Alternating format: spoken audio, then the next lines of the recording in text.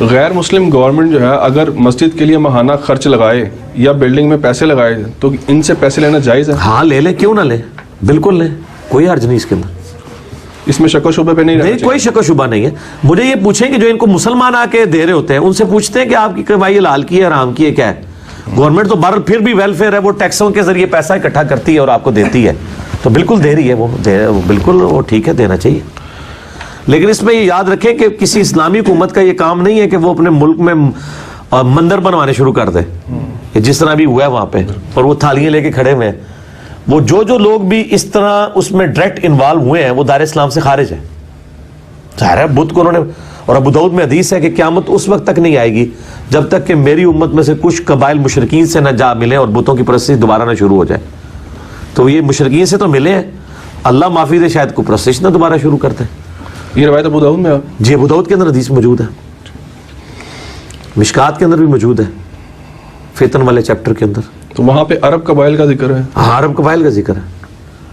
عرب کا قبائل کا ذکر تو بخاری مسلم میں ہے کہ قیامت قائم نہیں ہوگی جب تک کہ دوبارہ سے بتوں کی پرستش عرب کی سرزمین میں نہ شروع ہو جائے، دوبارہ سے۔ بالکل یہ بالکل قرب قیامت میں، ظاہر گراؤنڈز تو بننی شروع ہو گئی ہیں نا۔ نماز قضا ہونے کے خوف سے جنوبی شخص تیمم کر کے نماز ادا کر سکتا ہے؟ یعنی ٹائم تھوڑا رہ گیا، ہاں جی کر سکتا ہے، ظاہر ہے جنازہ بھی پڑھ سکتا ہے، اور بلکہ حنفیوں کا جنازہ تو اتنا تیز ہوتا ہے کہ اس میں تو تیمم کر کے بھی نہیں آپ شامل ہو سکتے اگر شروع ہو گیا تو بہتر یہ ہے کہ نہ ہی پڑھیں جنازہ، نماز تو پڑھ سکتے ہیں آپ، ٹائم تھوڑا رہ گیا، اور اس میں کپڑے چینج کرنا بھی ضروری نہیں ہے جب ٹائم تھوڑا ہے تو بس نماز پڑھ لیں ہو جائے گی۔ سخت سردی کے موسم میں اگر احتلام ہو جاتا ہے اور گرم پانی میسر نہیں ہے تو غسل کرنے سے غسل کس طرح کرے؟ نماز فجر سے اگر اس غسل کے اوپر گورنمنٹ 1 لاکھ روپے دے اور وہ غسل کرنے کے لیے تیار ہو جائے اس ٹھنڈے پانی سے، تو وہ ٹھنڈے پانی سے غسل کر لے، اور اگر وہ کہ جی مجھے 1 لاکھ روپے بھی دو میں نہیں یہ کرنا میں بیمار ہو جاؤں گا تو پھر تیمم کر کے پڑھ لے، ٹھیک ہے۔ وہ تو واقعہ بھی موجود ہے سیدنا عمر بن عاص کا، وہ سفر کے دوران مسند احمد میں، کہ وہ بہت سخت سردی، اور ظاہر ریگستان کی سردی، وہ یہ آپ نے خود ڈیسائیڈ کرنا ہے میرے بھائی، اجتہادی مسئلہ ہے کہ آپ یہ کام چوری کر رہے ہیں یا آپ واقعی جینون ریزن کے اوپر ہیں۔ اس طرح لوگ کہتے ہیں جو ڈاکٹر نے منع کیتا ہے جی وضو نہیں کرنا، بیمار ہے وضو نہیں کرنا، بھائی جو ڈاکٹر خود نماز نہیں پڑھتا وہ تو آپ کو یہ مشورہ دے گا، یار کوئی نماز پڑھنے والا ڈاکٹر آپ کو مشورہ دے رہا ہے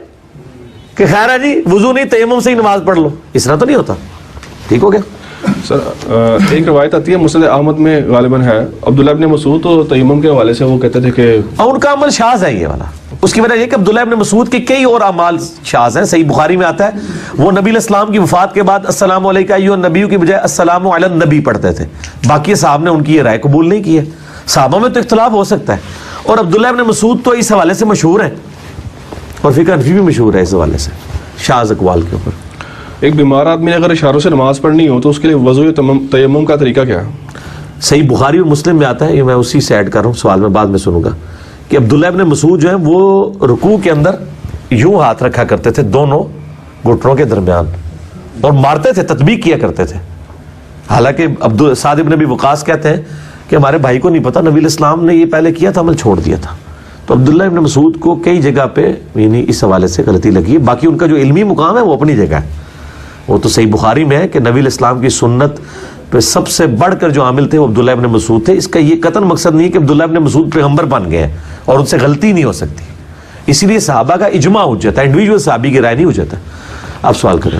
اچھا اسی میں ضمن بات آ گئی کہ معوذتین کے بارے میں بھی عبداللہ ابن مسعود ہاں ہے، وہ بھی یعنی صحیح بخاری میں ہے کہ وہ قرآن کا حصہ نہیں مانتے تھے، اسے مصحف میں سے کھرچ دیتے تھے، اور باقی ہے کہ ان کا رجوع انڈائریکٹلی تو ثابت ہے کیونکہ ان سے جو قرات امام حفص کے ذریعے آئی ہے اس میں تو معوذتین موجود ہے، تو ہمارا اس نے ظن ہے کہ وہ مطلب قائل ہو گئے ہوں گے۔ اگلا سوال یہ ہے کہ بیمار آدمی جس نے اشاروں کے ساتھ نماز پڑھنی ہو اس کے لیے وضو یا تیمم کا طریقہ بتا دیں، یا ایسا یہ جو نیو مسلم ہے خوف کی وجہ سے ہے؟ نہیں سمجھ آئی مجھے بات کی، وضو اسی طرح ہی کرے گا جیسے لوگ وضو کرتے ہیں۔ ایک بیمار آدمی ہے، بیمار آدمی ہم بھی کئی بار بیمار ہوتے ہیں وضو کر لیتے ہیں، وہ کون سی بیماری جس میں وضو نہیں ہو رہا؟ مطلب جس کو بیماری اتنی ہے کہ مطلب اشاروں سے نماز پڑھنی پڑ رہی ہے اس کو، اچھا وہ وضو بھی نہیں کر سکتا تو اس کو کوئی اور وضو کروائے گا، ٹھیک جیسے مردے کو غسل دیتے ٹھیک ہیں ہے وہ کوئی اور وضو کروائے گا, اس میں کلی شلی کرانے کی ضرورت نہیں ہے, چہرہ ہاتھ سر کا مسا اور پاؤں دھو دیں, وضو کرا سکتا ہے کوئی اور. ٹھیک ہو گیا. خون نکلنے سے وضو نہیں ٹوٹتا, اور دلیل یہ ہے کہ ایک صحابی کو تیر لگے لیکن انہوں نے نماز کو جاری رکھا. پوچھنا یہ ہے کہ وہ تو جنگ کی صورتحال تھی اور جنگ کے معاملات مختلف ہوتے ہیں اور یہ عام حالات میں پیش. اگر یہ بات کسی حدیث میں آئی ہے کہ جنگ کے حالات کے مختلف ہونے کی وجہ سے ان کا وضو برقرار رہا تو ہم مان لیں گے. یہ حدیث سنن ابی داؤد کے اندر شروع میں موجود ہے, غالباً اس کا 93 نمبر ہے, سٹارٹ میں ہی ہے. اس پہ تو امام داؤد نے باب باندھا ہے کہ جو ہے نا وضو خون نکلنے سے نہیں ٹوٹتا. امام بخاری نے بھی اس طرح کے باب باندھے ہوئے ہیں. یہ تو کسی نے رزلٹ ہی نہیں نکالا, اور وہ کوئی جنگ والی سچویشن نہیں تھی اس میں کہ وہ پیرے پہ تھے اور دوسرا بندہ بھی تھا, اور اس نے بعد میں کہا تم نے انہیں کیوں نہیں جگا لیا. اس نے تو وجہ بتائی ہے کہ جی میں نے ایک سورج شروع کی تھی, میں نے کہا اس کو مکمل کر لوں. تو کوئی کیٹاسٹرافک کنڈیشن نہیں تھی, وہ توڑ بھی سکتا تھا. وہ تو حدیث خود اس بات کے اوپر ثبوت ہے کہ کوئی کیٹاسٹرافک کنڈیشن نہیں تھی, اس نے جان بوجھ کے نماز اس طرح پڑھی ہے.